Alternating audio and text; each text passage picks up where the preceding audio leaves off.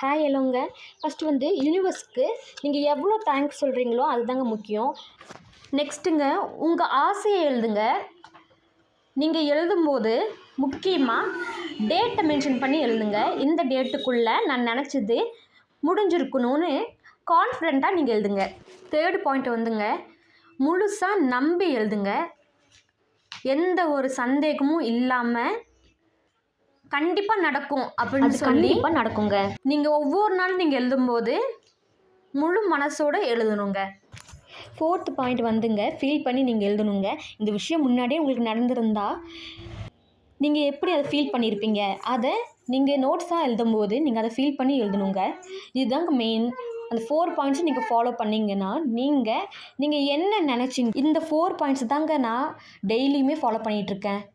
எனக்கு நான் நினச்சதெல்லாமே, நான் எழுதின விஷயமெல்லாம் எனக்கு நடந்துட்டு தான் இருக்குது.